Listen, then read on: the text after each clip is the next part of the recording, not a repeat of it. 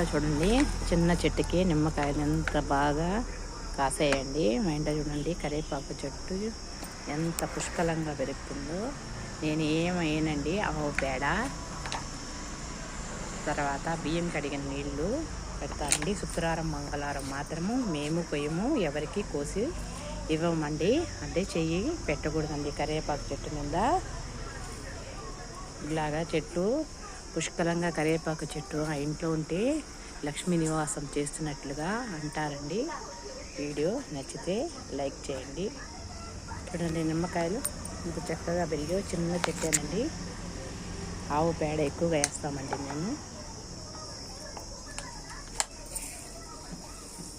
ఇంత బాగా పెరిగినటువంటి కరివేపాకు చెట్టు. ప్రతి హిందువుల ఇంట్లో కరివేపాకు చెట్టు కంపల్సరిగా ఉండాలండి. హిందూ సాంప్రదాయాన్ని కాపాడుకుందాం.